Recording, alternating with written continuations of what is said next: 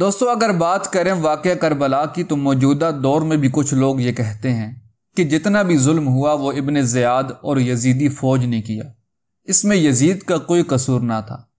لیکن اگر تاریخ پڑھی جائے تو اس میں بے شمار واقعات ایسے ملتے ہیں جس کی بنیاد پر یزید کو ہرگز بے قصور نہیں ٹھہرایا جا سکتا، جن میں سے چند ایک میں آپ کے سامنے رکھتا ہوں اور اس کا فیصلہ آپ پر چھوڑتا ہوں کہ اگر یزید کا کوئی قصور نہ تھا تو یزید نے حضرت مسلم بن عقیل علیہ السلام کی کوفہ پہنچنے پر اس وقت کے کوفہ کے گورنر صحابی رسول حضرت نعمان بن بشیر رضی اللہ تعالی عنہ کو معزول کر کے ظالم و بدنہا عبید اللہ بن زیاد کو کوفہ کا گورنر کیوں بنایا؟